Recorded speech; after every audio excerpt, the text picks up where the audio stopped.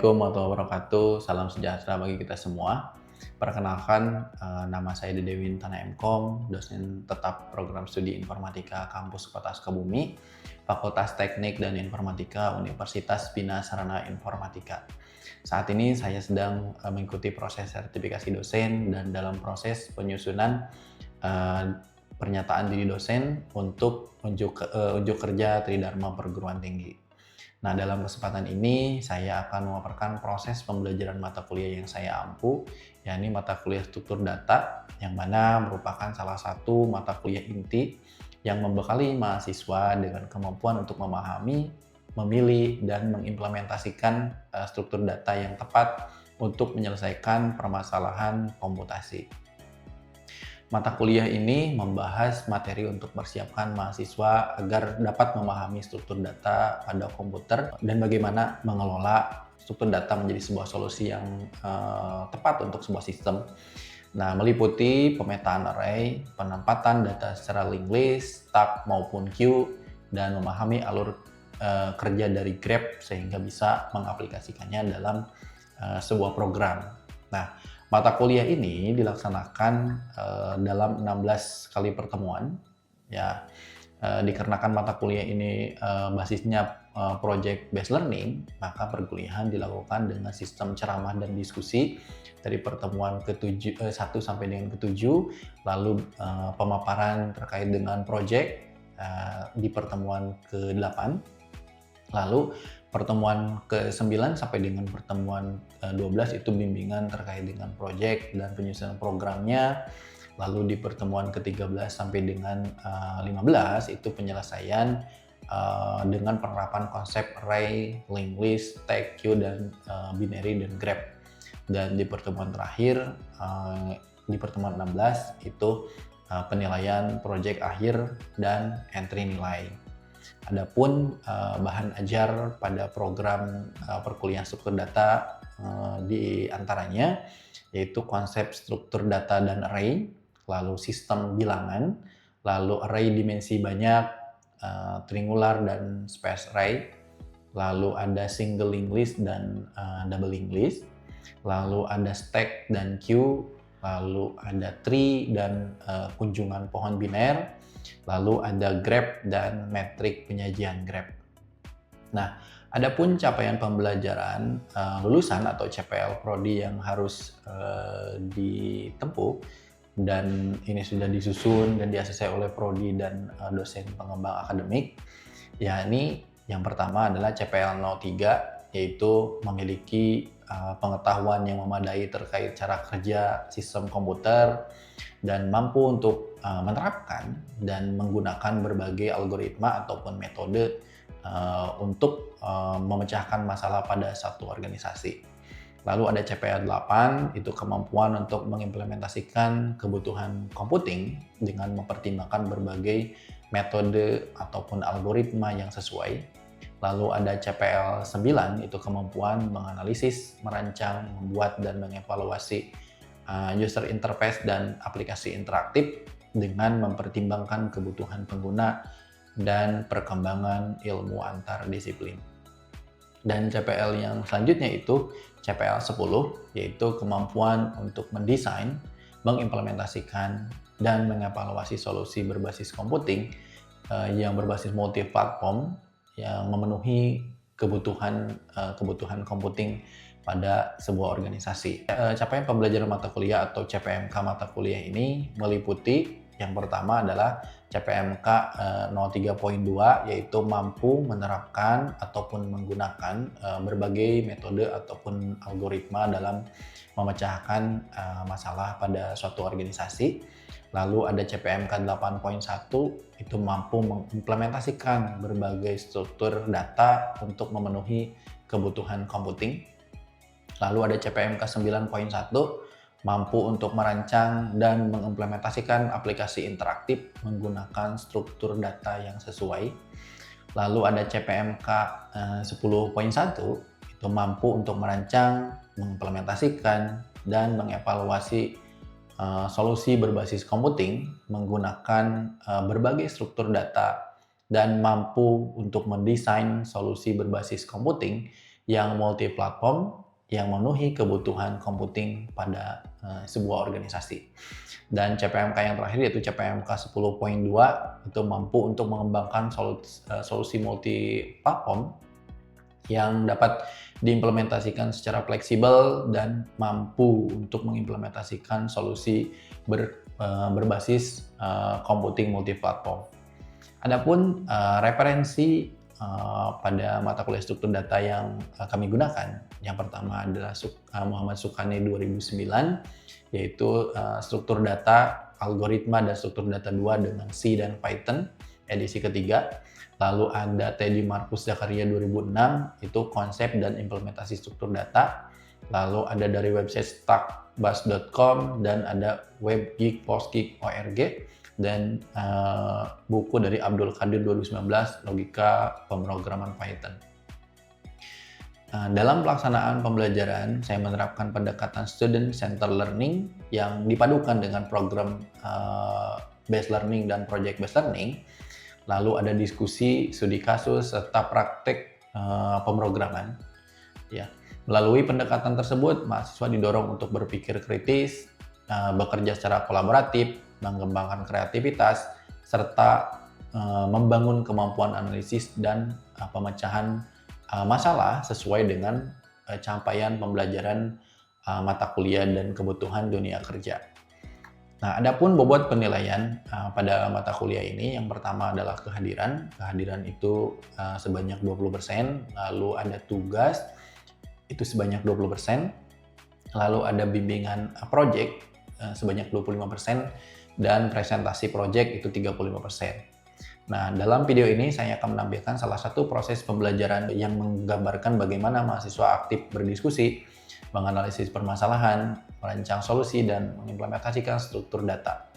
Saya berperan sebagai fasilitator yang membimbing dan memberikan umpan balik serta melakukan asesmen secara berkelanjutan terhadap proses belajar maupun hasil pembelajaran dari mahasiswa. Assalamualaikum warahmatullahi wabarakatuh. Waalaikumsalam warahmatullahi wabarakatuh. Oke, gimana kabarnya? Sehat semuanya? Alhamdulillah. Oke, alhamdulillahirabbil alamin. Wassalatu wassalamu ala asrofil anbiya'i wal mursalin wa ala alihi washabihi ajmain. Rabbi sholli sholli wa yassirli amri wa uqdatam min lisani yafqahu qawli. Oke. Teman-teman, alhamdulillah kita bisa berjumpa kembali di mata kuliah struktur data ya di minggu kedua. Nah, di minggu pertama kita kemarin sudah sempat membahas tentang array gitu ya, terus terkait dengan tipe data gitu ya. Ada yang masih ingat gak di minggu-minggu sebelumnya kita itu tentang struktur data atau tipe data? Mungkin dari teman-teman ada yang mau menyampaikan terkait jenisnya tipe data? Ada beberapa tipe jenis data Pak. Yang pertama itu integer, float, boolean, char, dan juga string Pak. Kalau misalkan dari teman-teman yang lain, ada yang mau menyampaikan lagi? Jenis-jenis atau tipe-tipe data? Tidak ya? Oke, nah baik. Di minggu kedua ini gitu ya, kita akan membahas terkait dengan materi lanjutan dari materi struktur data. Nah, sebelumnya saya akan absen dulu untuk teman-teman semuanya. Kita lihat dulu ya. Absen. Oh, ini ada deh. Oke. Nah, di minggu kedua ini kita akan membahas terkait sistem bilangan. Nah, jadi di dalam materi struktur data ada pembahasan tentang sistem bilangan gitu ya. Nah, konsep dasar dari sistem bilangan adalah suatu cara untuk mewakili besaran dari suatu item fisik. Nah, pada konsep dasarnya sistem bilangan dikarakteristikan oleh basis redik atau absolute digit gitu ya. Nah, dan yang terakhirnya adalah posisi atau place atau value-nya gitu ya. Nah, di sini yang disebut basis redik itu yang ini, terus absolute digit itu adalah ini atau angka yang absolut, dan ini adalah position value yang mempengaruhi dari basis rediknya gitu ya. Oke. Nah, sistem bilangan sendiri itu yang sering dan umum kita gunakan itu ada 4 jenis sistem bilangan gitu ya. Yang pertama ada bilangan desimal. Ada yang tahu jumlah bilangan desimal ada berapa? 10. Apa aja? 0, 1, 2, 3, 4, 5, 6, 7, 8, 9. Jadi ada berapa? 10. Ya. Lalu ada bilangan biner. Ya. Bilangan biner ada berapa? Ada 2. Apa aja? 0 dan 1 gitu ya. Terus yang ketiga ada bilangan oktal. Bilangan oktal ada berapa bilangan? 8. Apa aja? 0, 1, 2, 3, 4, 5, 6, 7. Oke. Dan yang terakhir ada bilangan heksadesimal. Nah, ini bilangan yang sebetulnya tidak sering kita gunakan dalam kehidupan sehari-hari gitu ya. Ada berapa bilangan? 16. Ada 16. Karena tadi itu heksa ya. Heksa itu 16 gitu ya. Oke, apa saja bilangannya? 0, 1, 2, 3, 4, 5, 6, 7, 8, 9, A, B, C, D, E, F. Mantap. Oke, yang pertama kita akan bahas adalah sistem bilangan dulu. Ini betul yang tadi sampaikan teman-teman bahwa sistem bilangan desimal itu ada 10 macam simbol bilangan. Dari mulai angka 0, 1, 2, 3, 4 dan seterusnya sampai dengan angka 9. Nah, dasar penulisannya itu A dikali X 10N gitu ya. Nah, bentuk nilai desimal dapat berupa integer atau bilangan bulat dan bisa juga berupa bilangan pecahan gitu ya, 0, gitu ya, 0,1, 0,2 dan seterusnya. Nah, dapat ditulis dalam bentuk eksponensial ya, yaitu ditulis dengan mentisa dan eksponen. Contohnya, ini 1, 2, 3, 4 sama dengan 0,1234 dikali 10 pangkat 4. Gitu ya.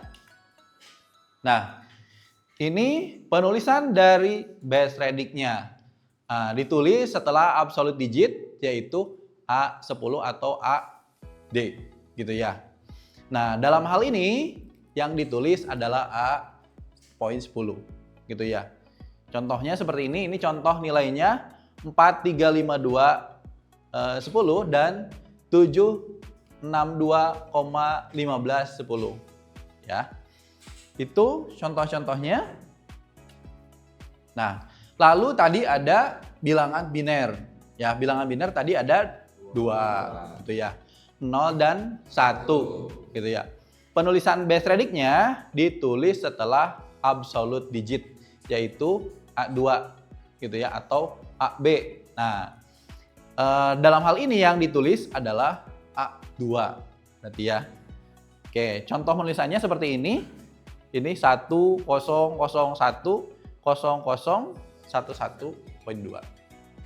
gitu ya. Nah, lalu ada bilangan yang ketiga, yaitu bilangan oktal. Nah, sistem bilangan oktal ini menggunakan basis angkanya ada 8 gitu ya. Nah, tadi saya sebutkan bahwa 8 macam simbol bilangan yang berbentuk digit angka dari mulai angka 0 sampai dengan angka 7 gitu ya. Oke, ini contoh penulisannya sebetulnya sama saja, tapi angka ini tidak akan sampai dengan angka 8. Pasti penulisannya kalau paling tinggi berarti di angka 7 gitu ya. Oke, selanjutnya itu ada sistem bilangan heksadesimal. Sistem bilangan heksadesimal menggunakan basis 16 atau heksa. Nah, menggunakan 16 macam dari simbol bilangan yang berbentuk digit angka dari mulai 0, 1, 2, 3 seterusnya sampai dengan angka 9 dan ada A, B, C, D, E, F gitu ya. Ini contoh penulisannya seperti ini A7, 8, 16. Contohnya seperti itu. Nah, lalu ini ada contoh satuan data. Nah, karena di komputer itu kerjanya atas dasar sistem biner atau penggunaan angka 0 dan 1 yang disebut dengan bit. Nah, maka bit merupakan satuan data yang paling kecil. Nah, kan kalau kita misalkan di handphone gitu ya, ada 1 bit, ada byte gitu ya. Ada juga kilobyte dulu, lalu ada megabyte, terus gigabyte, terus ada terabyte dan yang paling besar petabyte gitu ya. Nah, ini ya, 1 byte ini merupakan satuan yang digunakan untuk menyatakan sebuah karakter pada sistem ASCII. Ya, ASCII itu merupakan salah satu standar pengkodean yang digunakan dalam komputer. 1 byte itu sama dengan 8 bit gitu ya. Nah, berarti kalau misalkan 1 byte itu berapa tadi? 8 bit? Ya. Berarti 1 kilobyte adalah 1024 byte. Ya, jadi kalau misalkan kita beli memory card gitu ya, kapasitasnya berapa? 1 tera misalkan. Nah, itu enggak pas 1 tera. Pasti itu ada lebihnya gitu ya. Nih, kalau misalkan kita 1 MB saja itu sama dengan 1024 kilobyte dan 1 giga sama dengan 1024 megabyte.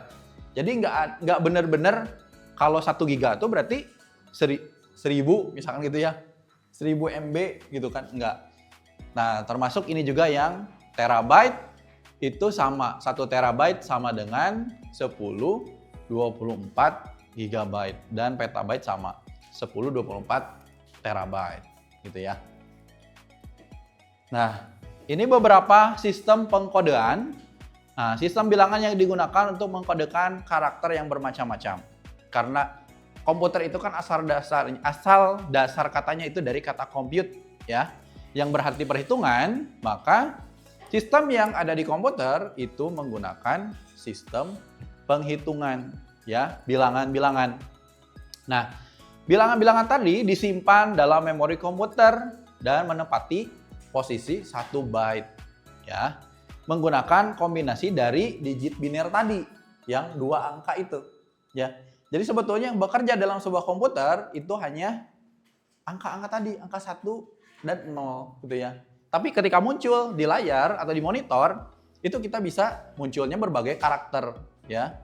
Dari mulai angka, huruf dan karakter khusus gitu ya. Nah, komputer berbeda dalam penggunaan kode biner untuk mewakili sebuah karakter. Nah, ini beberapa kode yang dibahas atau yang digunakan dalam sistem komputer. Ada BCD, ada ABCDIC, ada ASCII dan Unicode gitu ya. Oke, nah kalau BCD atau binary code desimal ini merupakan pengkodean yang digunakan hanya untuk mewakili nilai digit desimal saja. Jadi yang diambilkan yang desimal saja gitu ya.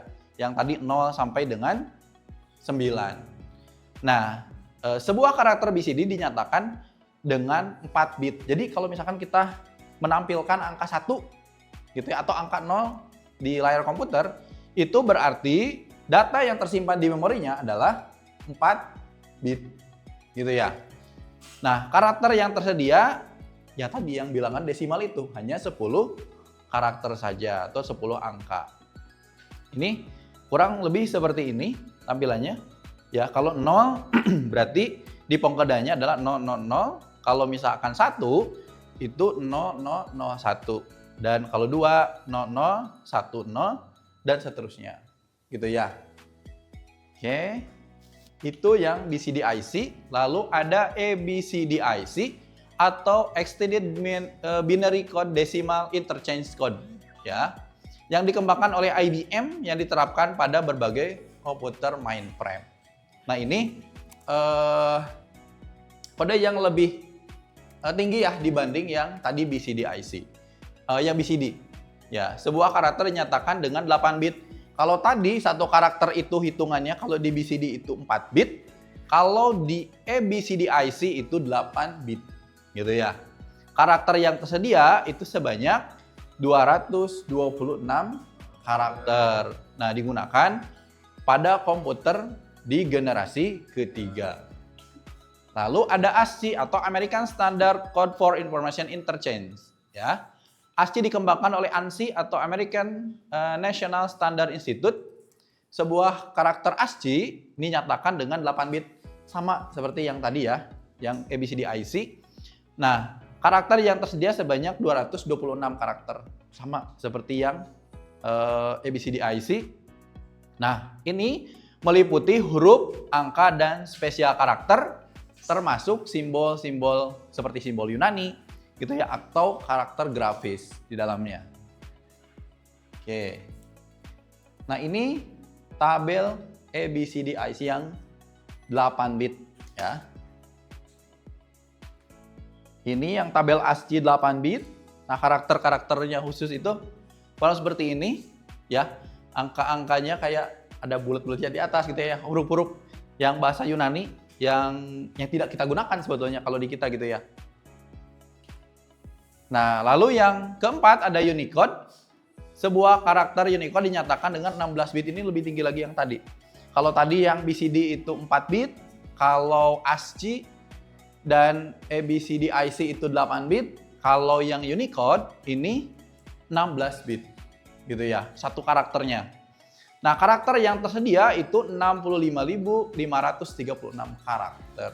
Jadi ini lebih banyak ya karakter-karakternya. Yang di dalamnya itu meliputi huruf, angka, spesial karakter, simbol Yunani, karakter grafis, simbol-simbol Arab, dan China gitu ya. Jadi ada penambahannya di simbol Arab dan di simbol China gitu ya.